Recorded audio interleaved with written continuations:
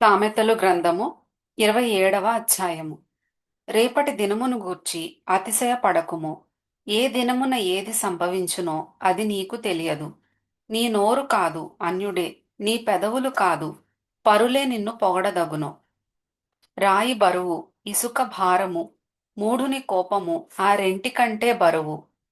క్రోధము క్రూరమైనది, కోపము వరదవలె పొర్లునది. రోషము ఎదుట ఎవడు నిలువగలడు?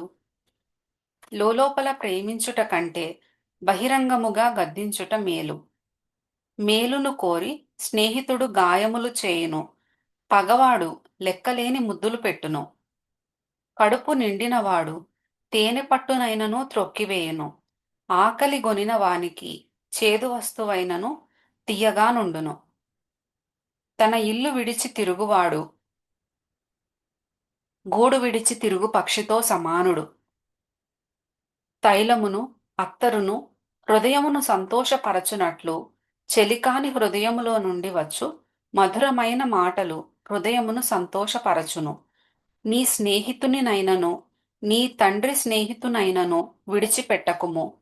నీకు ఆపద కలిగిన దినమందు నీ సహోదరుని ఇంటికి వెళ్ళకుము. దూరములోనున్న సహోదరుని కంటే దగ్గరనున్న పొరుగువాడు వాసి. నా కుమారుడా, జ్ఞానమును సంపాదించి నా హృదయమును సంతోషపరచుము. అప్పుడు నన్ను నిందించు వారితో నేను ధైర్యముగా మాటలాడుదును. బుద్ధిమంతుడు అపాయము వచ్చుట చూచి దాగును. జ్ఞానము లేనివారు యోచింపక ఆపదలో పడుదురు. ఎదుటివాని కొరకు పూటబడిన వాని వస్త్రము పుచ్చుకొనుము. పరుల కొరకు పూటబడిన వాని వలన కుదువ పెట్టించుము. వేకువనే లేచి గొప్ప శబ్దముతో తన స్నేహితుని దీవించు వాని దీవెన వానికి శాపముగా ఎంచబడును.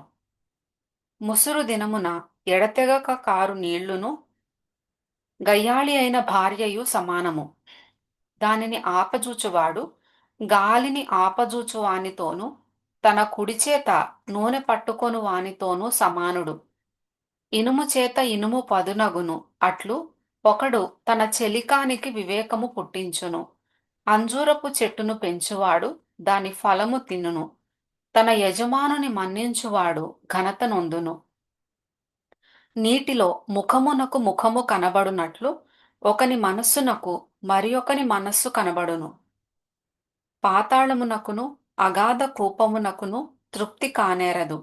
అలాగున నరుల దృష్టి తృప్తి కానేరదు. మూస చేత వెండిని, కొలిమి చేత బంగారును, తాను పొందిన కీర్తి చేత నరుని పరిశోధింపవచ్చును. మూఢుని రోటిలోని గోధుమలలో వేసి రోకట దంచినను వాని మూఢత వాని వదిలిపోదు. నీ పశువుల స్థితి జాగ్రత్తగా తెలిసికొనుము. నీ మందల యందు మనస్సు ఉంచుము. ధనము శాశ్వతము కాదు, కిరీటము తరతరములు ఉండునా? ఎండిన గడ్డి వామి వేయబడెను, పచ్చిక కనబడుచున్నది, కొండగడ్డి ఏరబడి ఉన్నది. నీ వస్త్రముల కొరకు గొర్రెపిల్లలున్నవి, ఒక చేని క్రయధనమునకు పొట్టేళ్లు సరిపోవును. నీ ఆహారమునకు, నీ ఇంటివారి ఆహారమునకు, నీ పనికత్తెల జీవనమునకు మేకపాలు సమృద్ధియగును.